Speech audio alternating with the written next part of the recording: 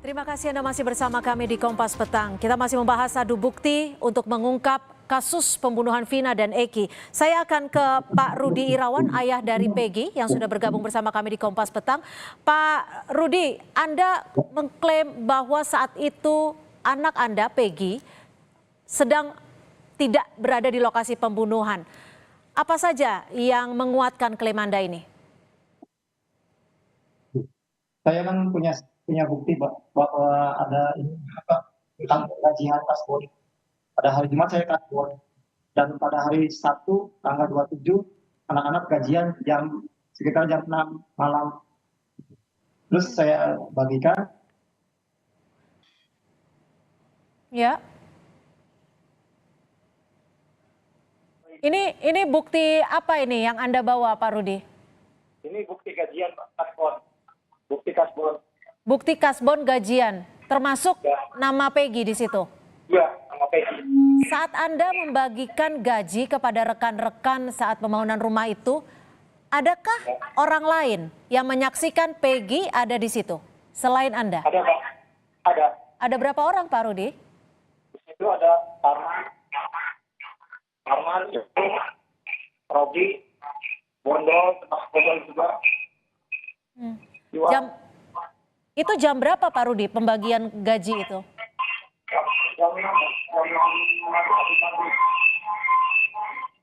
Oke. Jam 6 tanggal 27 Agustus artinya ya.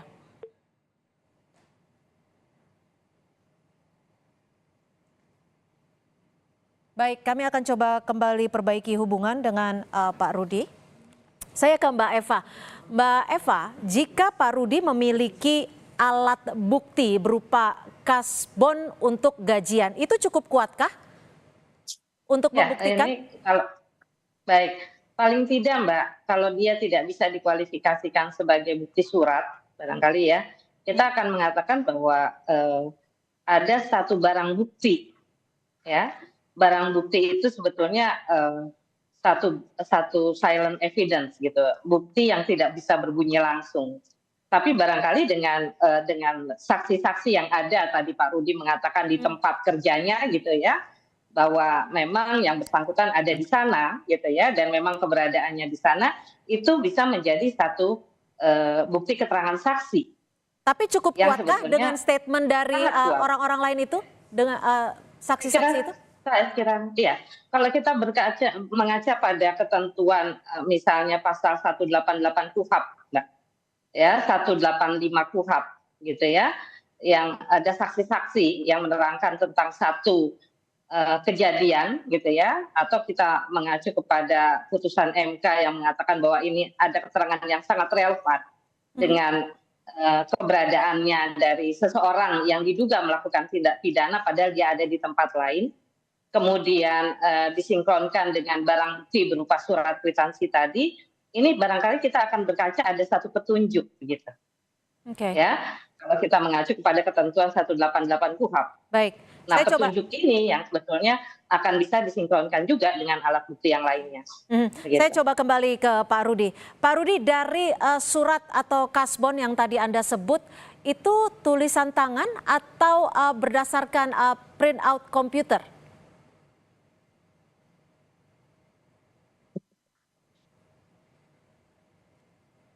Tulisan tangan ya?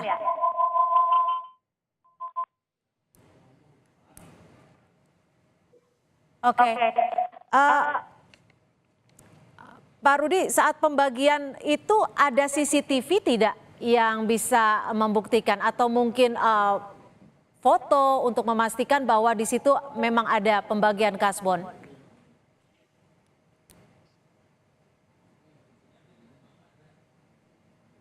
Baik, Pak Dendi mungkin bisa bantu jawab, Pak Dendi.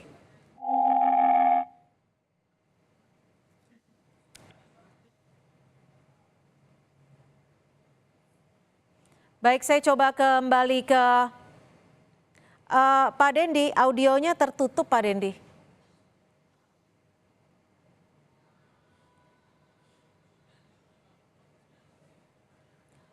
Baik, kami kembali mencoba memperbaiki audio dengan Pak Rudi.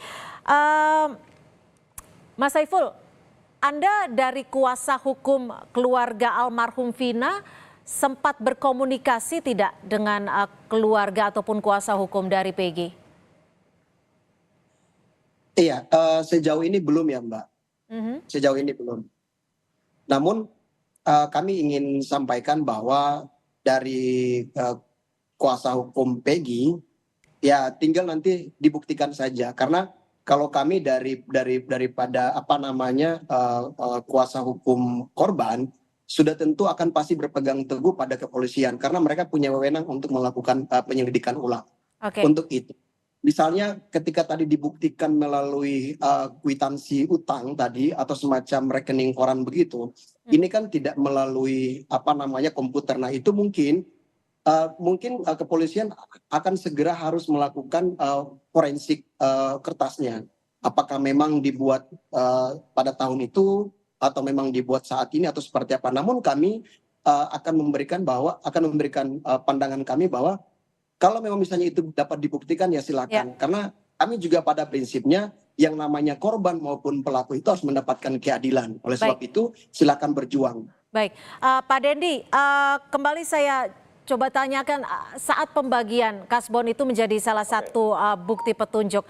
Apakah ada bukti lainnya yang bisa menguatkan?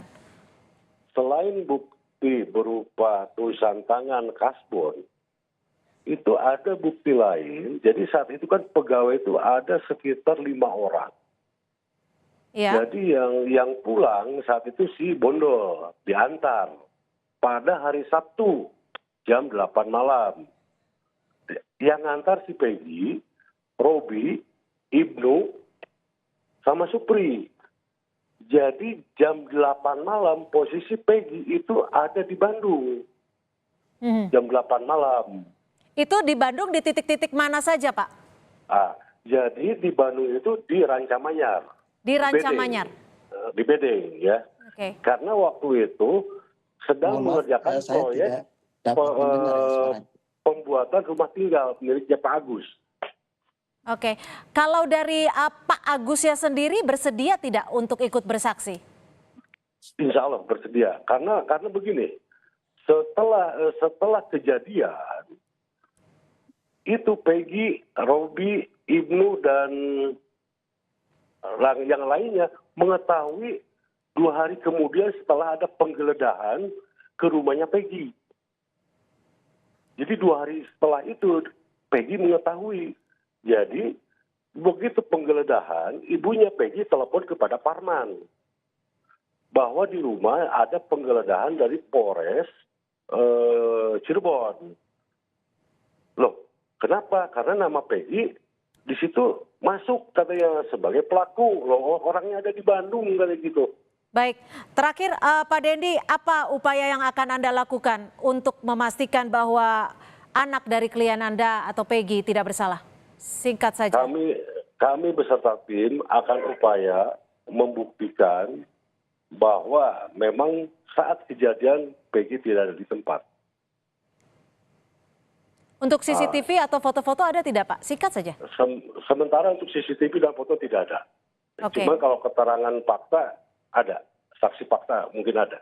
Saksi fakta akan dihadirkan, termasuk dari pemilik rumah Rancamanyar ya? Dari tadi. Iya.